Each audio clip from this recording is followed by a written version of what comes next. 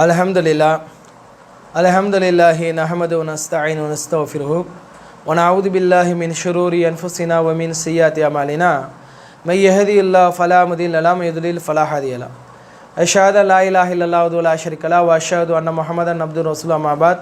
அஸ்ஸலாமு அலைக்கும் வரஹ்மத்துல்லாஹி வ பரகாத்துஹு. அன்பார்ந்த சகோதரர்களே, பெரியோர்களே,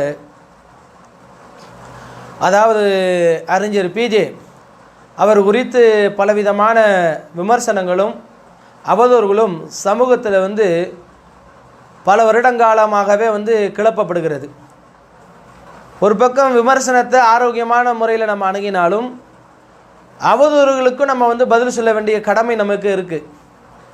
அப்போ அவர் மீது வைக்கக்கூடிய பிரதான அவதூறுகளில் ரொம்ப காலமாகவே இப்போ வைக்கக்கூடிய இந்த ஆடியோ பிரச்சனைக்கு முன்னாடி இருந்து தமிழ்நாடு தௌஹீத் ஜமாத்தில் அவர் தலைவராக இருக்கும் பொழுதே ரொம்ப வருட காலமாகவே வைக்கக்கூடிய ஒரு அவதூறுகளில் ஒன்று என்ன கேட்டால், அறிஞர் பிஜேக்கு எப்படி இவ்வளவு சொத்து வந்தது, எப்படி மண்ணடியில் அவர் சூப்பர் மார்க்கெட்டு வைக்கக்கூடிய அளவுக்கு ஒரு காசு எங்கே வந்தது, எப்படி வந்தது என்றெல்லாம் சுன்னத் வல் ஜமாத் சகோதரர்களே கேள்வி எழுப்பினாங்க.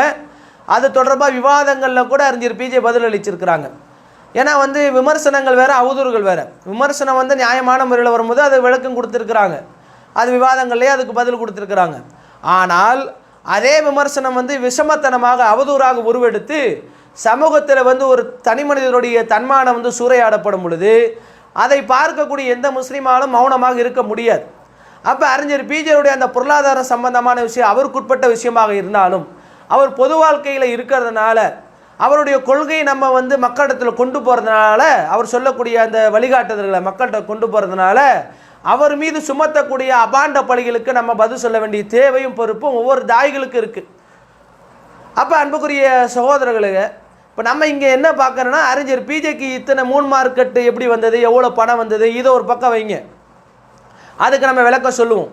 அது குறித்து இப்போ அந்த விஷம பிரச்சாரத்தை கையில் எடுத்துருக்கக்கூடிய டிஎன்டிஜேவாகட்டும், இல்லை அந்த அந்த ஆடியோ செட்டிங் பண்ண அந்த காமில் குரூப்பாகட்டும், இவங்களுக்கு நம்ம தகுந்த பதில் கொடுப்போம். ஆனால் நாம் ஒரு விஷயத்தை விளங்கி கொள்ளணும். பொருளாதாரத்தை பொறுத்த வரைக்கும் நமது நிலைப்பாடு என்ன? உலகத்தில் அல்லாஹ் ஒருத்தருக்கு அதிகமான செல்வத்தை கொடுத்துட்டா அதனால் அவர்கள் அயோக்கியர்கள் என்று நம்ம சொல்லணுமா? அவங்க தப்பான முறையில் தான் சம்பாரிச்சாங்க என்று முடிவுக்கு வந்துடலாமா? இப்படி வருவது ஒரு மூமினுக்கு அடையாளமா? அப்படி வருவதற்கு அனுமதி இருக்கா? அப்போ இதை மார்க்க மரியாத மக்கள் பேசலாம், ஆஹா அவங்களுக்கு நிறையா பணம் கொடுத்துட்டானே நமக்கு கொடுக்கலையே அப்படின்னு மார்க்கம் தெரியாத மக்கள் அங்கலாய்க்கலாம். மார்க்கம் தெரிஞ்சால் அல்லாஹ்வுடைய சட்டத்தை பேசக்கூடிய, குர்ஆன் ஹதீஸை பேசக்கூடிய மக்கள் நம்ம இந்த அவதூறு பிரச்சாரத்துக்கு ஆளாகலாமான்னா ஆளாகக்கூடாது. நமக்கு ஒரு மார்க்க தெளிவு இருக்கணும். பொதுவாக குர்ஆன் அல்லாஹ் ரப்பல் ஆலமீன் என்ன சொல்கிறான்? பேராசைப்படாதீங்கன்னு சொல்கிறான். வலா ததமன்னவ், நீங்கள் பேராசைப்படாதீர்கள். மா ஃபல்லல்லாஹு பிஹி பஅலக்கும் அலா பஅல், சிலரை விட மற்றும் சிலரை அல்லாஹ் மேன்மைப்படுத்தியதால் நீங்கள் பேராசைப்படாதீங்க அப்படின்னு அல்லாஹ் சொல்கிறான். அப்போ பேராசை என்ற ஒரு கெட்ட பழக்கம் நம்ம இடத்துல இருக்கக்கூடாது. அல்லாஹ் தன் நாடியவர்களுக்கு பொருளாதாரத்தை அள்ளி கொடுப்பான், தன் நாடியவர்களுக்கு குறைத்து கொடுப்பான் என்று திருமறை குர்ஆன் பேசுகிறது. இது அல்லாஹ்வுடைய ஹுக்கும், அல்லாஹ்வுடைய தீர்ப்பு. இதை நம்ம தலையிடக்கூடாது. அல்லாஹ் நம்ம நாடினா நமக்கு அல்லாஹ் செல்வத்தை அள்ளி கொடுப்பான், இல்லையா குறைச்சி கொடுப்பான். இது நமக்கு இதில் படிப்பினை இல்லையா? நபிகள் நாயகம் ஸல்லல்லாஹு அலைஹி வஸல்லம் தனக்காக வேண்டி அல்லாஹ்விடத்தில் எத்தனையோ முறை பொருளாதாரத்துக்கு துவா செஞ்சாங்க. அப்படி துவா செய்யும் பொழுது அல்லாஹ் அவர்களுக்கு கொடுக்கல. அல்லாஹும்ம இன்னி அஸ்அலுக்குல் ஹுதா வ துக்கா வல் அஃபாஃபா வல் கினா, யா அல்லாஹ் எனக்கு நேர்வழியும் இறையச்சத்தையும் கற்பொழுக்கத்தையும் பொருளாதாரத்தையும் வழங்குன்னு அல்லாஹ்விடத்தில் அல்லாஹ்வுடைய தூதர் பிரார்த்தனை செய்யும் பொழுது அல்லாஹ்வுடைய தூதரையே இறப்பு வரைக்கும் வறுமையில் அல்லாஹ் ரப்பல் ஆலமீன் வாழ செய்தான். அதே நபி தன்னிடத்தில் வேலை செய்த ஹாத்திம் அனஸ் ரலியல்லாஹு அவர்களுக்கு யா அல்லாஹ் இவருக்கு பொருளாதாரத்தை வழங்க என்று பிரார்த்தித்தார்கள். ரசூல் ஸல்லல்லாஹு அலைஹி வஸல்லம் மரணத்துக்கு பிறகு மதீனாவில் மிகப்பெரிய செல்வந்தராக இருந்தவர் அனஸ் ரலியல்லாஹு அன்ஹு. வரலாற்றில் நம்ம பார்க்குறோமா இல்லையா? அப்போ செல்வம் நல்லவருக்கு கெட்டவருக்கு ஒரு அடையாளமா? அப்போ பணக்காரங்க எல்லாமே அயோக்கியர்களா? செல்வந்தர் எல்லாருமே தப்பான வழியில் தான் சம்பாரிச்சாங்களா? இப்படி சொல்வதற்கு மார்க்கம் நமக்கு அனுமதி கொடுக்கிறதா, இடமளிக்கிறதா என்பதை சிந்திக்காமல் என்ன செய்கிறாங்க? இன்னைக்கு குர்ஆன் ஹதீஸ் பேசக்கூடிய மக்களே இந்த அவதூறு பிரச்சாரத்துக்கு ஆளாகிறாங்க. அப்போ அன்புக்குரிய சகோதரர்களே, நம்ம இந்த மாதிரி செல்வந்தர்களை பார்த்து பேராசைப்படலாம், அதாவது பொறாமப்படலாம். மார்க்கத்தில் அனுமதி உண்டு. அது ஒரு நல்ல நோக்கத்திற்காண்டி அல்லாஹ்வுடைய ரசூல் அனுமதிக்கிறாங்க. எப்படி அனுமதிக்கிறாங்கன்னா, லா ஹஸத இல்லா ஃபி இஸ்னதைனி, இரண்டு விஷயங்களை தவிர அவர் பொறாமை என்பது கூடாது. ரஜுலுன் அத்தாஹுல்லாஹு மாலன் ஃபஸல்லதஹு அலா அஹ்லகத்திஹி ஃபில் ஹக்கி, ஒரு மனிதனுக்கு அல்லாஹ் செல்வத்தை வழங்கி அதனை அவர் நல்வழியில் செலவிடுகிறார், அவரை பார்த்து பொறாமப்படலாம், தப்பு இல்லை. ரஜுலுன் அத்தாஹுல்லா ஹிக்மா, அல்லாஹ் ஒரு மனிதனுக்கு கல்வி ஞானத்தை கொடுக்குறான். ஃபஹுவ யக்லி பிஹா, அதை கொண்டு அவர் தீர்ப்பு அளிக்கிறார். ஒயோ அல்லி முஹா, அதை கொண்டு மக்களுக்கு கற்றுக் கொடுக்கிறார். அந்த ஞானத்தை கொண்டு பிறருக்கு மார்க்க தீர்ப்பு வழங்குகிறார். அந்த அறிவை கொண்டு பிறருக்கு மார்க்கத்தை கற்றுக் கொடுக்கிறார். இவங்களை பார்த்து போராமப்படுங்க ரசூலா சொல்லிட்டாங்க. தப்பே இல்லை, போராமப்படலாம். எல்லாம் அவரை நீ செல்வந்தனாக்கி அவர் அந்த செல்வத்தின் மூலமாக பல கொடான கொட ஏழை மக்களுக்கு, ஏழை எளிய மக்களுக்கு வாரி வழங்குறாரு. அதன் மூலமாக மறுமையில் அவர் பெரிய ஜாக்பாட், பெரிய பம்பர் பரிசு அடிக்கிறாரு, அவங்ககிட்ட அருளை பெறுகிறாரு. அது போன்ற ஒரு பாக்கியத்தை எனக்கு கூடிய அல்லாஹ் என்னையும் இந்த வறுமையிலிருந்து போக்கி என்னை செல்வந்தனாக்கி நானும் பிற ஏழைகளுக்கு உதவி செய்யக்கூடிய செல்வ சீமானாக உருவாகணும்னு அல்லாஹ்ட்ட துவா செய்யுங்க. அல்லது அவர் அந்த அறிஞரை போன்று எனக்கு அறிவை புகட்டி அதன் மூலமாக மக்களை நேர்வழிப்படுத்தக்கூடிய ஒரு நேர்வழி பெற்றவனாக அல்லாஹ் என்னை ஆக்கணும் நீங்கள் துவா செய்யுங்க. தப்பு இல்லையே, இதில் என்ன தவறு இருக்குது? அதை விட்டுட்டு போராமப்படலாமா? அதை விட்டு பேராசைப்படலாமா? அப்போ போராமல் இந்த ரெண்டு விஷயத்தில் ஹலால் தான் நமக்கு. எதனால் ஹலாலு? அவங்கள மாதிரி நாமளும் ஆகணும்னு முயற்சி செய்யணும். அறிஞர் பிஜேக்கு அல்லாஹ் 3 சூப்பர் மார்க்கெட்டை அல்லாஹ் நீ கொடுத்துருக்குற, அவருக்கு 3 30 எங்களுக்கு ஒரு 300 கொடு அப்படின்னு கேளுங்க. அல்லாஹ்விட்ட விசாலமாக கேளுங்களேன். ஏன் அருளை வந்து குறைக்கணும்? அல்லாஹ்விட்ட கேட்கக்கூடாதுன்னு எதுவும் நிபந்தனை இருக்கா? நம்ம கேட்கக்கூடாதுன்னு எதுவும் தடை இருக்கா? என்னையும் அல்லாஹ் கோடீஸ்வரனாக்கு, அவரையும் நல்லா கோடீஸ்வரனாக்கு. இதில் நம்ம கேட்கலாம். அல்லாஹ் நாட்டினா கொடுக்க போகிறான், நமக்கும் கொடுக்க போகிறான். அல்லாஹ்க்கு நம்ம என்ன ஆகாதாளா? அல்லாஹ்க்கு விரோதியா? அல்லாஹ் வந்து அது கொடுக்கணும், யாருக்கு கொடுக்கணும்னு அவனுக்கு தெரியும். யாருக்கு கொடுத்தா சரியாக இருப்பாங்க, யாருக்கு கொடுத்தா தப்பாக போவாங்கன்னு அவன் ஒரு தீர்ப்பு வச்சுருப்பான். அந்த அடிப்படையில் மக்களுக்கு அதை கொடுப்பான். இதெல்லாம் வந்து ஒருத்தர் விமர்சனம் பண்ணுறதுக்கு எடுக்கக்கூடிய ஆயுதமா? அப்போ இதையெல்லாம் நம்ம அடிப்படையாக புரிந்து கொள்ளணும். அப்போ வந்து செல்வம் ஒரு இடத்துல இருக்கிறனால அவங்க வந்து என்ன செஞ்சிடக்கூடாது, அவங்கள அயோக்கியன்னு சொல்லி முத்திரை குத்திடக்கூடாது. அது மகா அயோக்கியத்தனம்.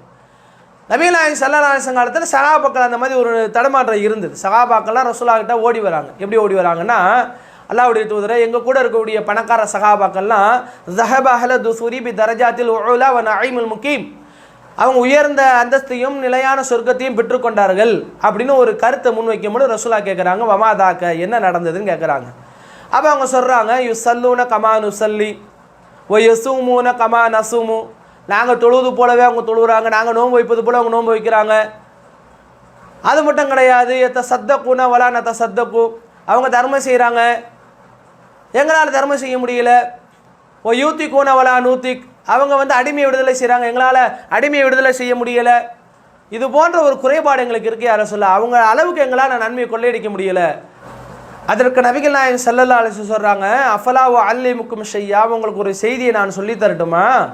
உங்களுக்கு முன் சென்றவர்களை நீங்கள் முந்தி விடவும், உங்களுக்கு பின்னால் வரவர்களை உங்களை முந்த விடாமலும் உங்களுக்கு ஒரு நன்மையை நான் சொல்லி தரட்டுமா? நீங்கள் செய்யக்கூடிய நன்மை அவர்கள் செய்தாலே ஒழிய உங்களை அவர்கள் முந்த முடியாது. அப்படி ஒரு நன்மை. பலா யார சொல்லலாம், உடனே சொல்லித்தாங்கன்னு கேட்கும் பொழுது, து சப்பிஹூன து கப்பீரூன ஒ தஹ்மதூன குல்லி சலாத்தின் சலாசன் வ சலாசீன மர்ரா, ஒவ்வொரு ஃபர்லான தொழுகைக்கு பின்னாடியும் 33 சுபான் அல்லாஹ், 33 முறை அல்ஹம்துலில்லாஹ், 34 முறை அல்லாஹ் அக்பர் நீங்கள் சொல்லுங்கள். அதனால் நீங்கள் பெரிய செல்வத்தை, நீங்கள் நல்ல பெரிய நன்மை அடைவீங்கன்னு ரசூலா சொல்லி அனுப்புகிறாங்க. இப்போ திடீர்னு ஒரு நாள் ஏழை சகாபாக்கெல்லாம் ரசூலா கிட்ட வர்றாங்க. ஃபரஜா ஃபுக்ராவுல் முஹாஜிரீன இலா ரசூலில்லாஹி ஸல்லல்லாஹு அலைஹி வஸல்லம், அல்லாஹ்வின் தூதர் ஸல்லல்லாஹு அலைஹி வஸல்லம் ஏழை சகாபாக்கள் ஓடி வந்து, சமிய இஹ்வானுனா அஹ்லுல் அம்வாலி பிமா ஃபஅல்னா ஃபஅலு மிஸ்லஹு, அல்லாஹ்வுடைய தூதர் ஸல்லல்லாஹு அலைஹி வஸல்லம் அவர்களே, எங்களுக்கு நீங்கள் சொல்லிக் கொடுத்த செய்தி அவர்களுக்கு எப்படி எட்டி விட்டது, நாங்கள் இபாதத்து செய்வது போல் அவர்களும் இபாதத்து செய்கிறாங்கன்னு சொல்லும் பொழுது, அப்போ தான் நபி ஃபகால ரசூலுல்லாஹி ஸல்லல்லாஹு அலைஹி சொல்கிறாங்க, ஸாலிக ஃபதுலுல்லாஹ் யூதிஹி மய்யஷாஉ, தன் நாடியவர்களுக்கு அல்லாஹ் அருளை விசாலப்படுத்துவான் என்று நபிகள் நாயகம் ஸல்லல்லாஹு அலைஹி வஸல்லம் சொல்கிறாங்க. அப்போ இது அல்லாஹ்வுடைய கையில் இருக்குது. சஹாபாக்களே ஒருத்தர் செல்வந்தராகவும் ஒரு ஏழையாகவும் இருந்திருக்கிறாங்க. அப்போ ஏழை சஹாபாக்களுக்கு ரசூலா சொன்னது, இது அல்லாஹ்வுடைய ஹுக்கும தீர்ப்பு. தன் ஆடையவர்களுக்கு அல்லாஹ் அள்ளி கொடுப்பான், தன் ஆடையவர்களுக்கு கிள்ளி கொடுப்பான், இது அவனுடைய நாட்டம் என்று சொன்னார்களே. இந்த அடிப்படை அறிவு வந்து ஏகத்துவாதிக்கு தெரியாதா? இந்த அடிப்படை அறிவு வந்து தௌஹீத்வாதிகளுக்கு தெரியாதா? அப்போ அவர்கள் இந்த விஷம பிரச்சாரத்தை எப்படி துணிஞ்சு செய்கிறாங்க? அப்போ என்ன காரணம்? அறிஞர் பிஜேவை வீழ்த்துவதற்கு எந்த விதமான ஆயுதமும் இல்லை. அவர் மேலே பொருளாதார குற்றச்சாட்டு வைக்க முடியாது, திருடினார் சொல்ல முடியாது, களவாண்டார் சொல்ல முடியாது. அப்போ என்ன செய்யறது? அவர் சுயமாக உழைத்து சம்பாதித்த பணத்தை எப்படியாச்சும் கொச்சப்படுத்தணும், மக்கள் மன்றங்களை வந்து அதை வந்து அசிங்கமான முறையில் மக்கள் மத்தியில் அதை கொண்டு போகணும். ஆனால் இப்போ இந்த டிஎன்ஏஜே கல்லைடி கும்பலும் இந்த அமீர் சயீது காமில் குரூப் என்ன செய்கிறாங்கன்னா, பழைய குருடி கதவை தோரடி என்று சொல்லி பழைய விஷயத்தை தூசி தட்டி தான் பேசுகிறாங்க. அறிஞர் பிஜேக்கு 3 சூப்பர் மார்க்கெட் இருக்குது, அவங்க பையன் வந்து அதில் நிறைய சம்பாரித்து கொளுத்து உண்டு திரியிறாரு, விதவிதமான காரில் பவனி வராரு, வசதியாக இருக்கிறாரு என்று சொல்லி இவனுங்க வந்து டிஎன்ஜே கல்லைடி காரணங்களும் இந்த அமீர் செய்து காமில் குரூப்பும் பக்கம் பக்கமாக எழுதி தள்ளுறானுங்க. நான் என்ன கேட்குறேன், வந்து நீங்களாம் ஆம்பளை தானே, உங்களை உடம்புலலாம் ரத்தம் ஓடுது, சூடு மானம் ஈனம் சொரணை ஏதாச்சும் இருந்தால், உங்களுக்கு உடம்புல ஆண்மை இருந்தால், உன் உடம்புல வலுவு இருந்தால் நீ சம்பாரித்து நீ அந்த மாதிரி காரில் போன யார் வேணான்னா, அவங்க சம்பாதிக்கிறாங்க காரில் போகிறாங்கடா கபோதி நாய்ங்களா, உங்களுக்கு எங்கடா எரியுதுன்னு கேட்குறேன். அவர் இந்த பென்ஸு காரில் போகிறாராம், அதனால் இவங்களுக்கு வயிறு. பென்ஸு கார்லடா, இந்த ரோல்ஸ் ராயில் சொல்லி ஒரு காருன்னு சொல்லியிருக்காங்க, பெரிய பெரிய கோடீஸ்வரம் வாங்கக்கூடிய காரு, அதை கூட வாங்கி அவர் போவார். யார்? முகமது அண்ணன் போவார். இப்போ உங்கள் மயிருக்கு என்ன? உங்களுக்கு எங்கடா குறையுது அயோக்கிய நாய்ங்களா, டிஎன்ஜே கல்லைடி கபோதிகளா, அமீர் செய்து மாமா பசங்களா, உங்களுக்கு எங்கடா பற்றிக்கிட்டு வருது? ஏண்டா நீ சம்பாதிக்கிற மாதிரி மற்றவங்கள நினைக்கிறியா? ஆடியோவை செட் பண்ணி உன் சொந்த பொண்டாட்டிகளை விபச்சார தொழில் நடத்தி அவளுகளை ஆபாசமாக பேச வச்சு கேசட் எடுத்து விற்பனை பண்ணி பணம் சம்பாதிச்ச அமீர் செய்யது அயோக்கிய நாயே, புரோக்கர் மாமாவை, விபச்சார தொழில் செய்வதை குலத்தொழிலாக கொண்டு பெண்களை கூட்டி கொடுத்து சம்பாதிக்கக்கூடிய அமீர் செய்யது அயோக்கியனை மனைவியே மக்களுக்கு வந்து விருந்தாக்கி அதன் மூலமாக மானங்கட்ட பொழப்பு நடத்தி பணம் சம்பாதிக்கக்கூடிய அமீர் செய்யதை மாமா வேலை செய்வதில் வந்து பெரிய விருது கொடுக்கக்கூடிய அளவிற்கு குடும்ப பெண்களையே கூட்டி கொடுத்து வீட்டு வாசலை திறந்து வச்சு வரவுமுறை பொண்டாட்டிகளை வந்து மேயுங்கடா என்று சொல்லக்கூடிய அளவுக்கு பெண்களை கூட்டி கொடுத்து புலம் நடத்தக்கூடிய அமீர் செய்யது அயோக்கிய நாய்களை, டிஎன்ஜே கல்ல ஐடிகளை உங்களுக்கு எங்கடா எரியுதுன்னு கேட்குறேன். உங்களுக்கு எங்கடா எரியுது? உங்களுக்கு எங்கே பற்றிக்கிட்டு வருது? நீ இழுத்து பேசுனா நான் இழுத்து பேச மாட்டேன் நினச்சிக்கிட்டியா? உனக்கு மேலே டாக்டராக கிளிப்பேன், வா பேசிக்கலாம். வரியா?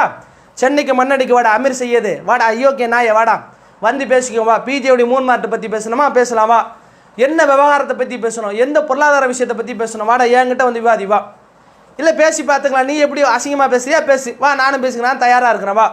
அதுக்கெல்லாம் ஒளிஞ்சு ஓடக்கூடியவங்க கிடையாது. நான் வந்து கௌரவ வேஷம் போட மாட்டேன், நிர்வாகி சீனு போட மாட்டேன், கல்லைடியில் வந்து கதற மாட்டேன், ஒரிஜினலாக பேசுவோம். வாடா அயோக்கிய நாயா வாடா பேசு வா, வந்து பேசு என்கிட்ட வா. விபச்சார தொழில் நடத்தி தான் நீ குடும்பம் நடத்துகிற, அதில் தான் மானங்கட்ட சோறு தின்ற நீ ஒரு விபச்சார புரோக்கர். நான் சொல்கிறேன், டிஎன்ஜே கல்ல ஐடிகளையும் அந்த காமில் குரூப்லையும் சொல்கிறேன், வந்து பேசுவா.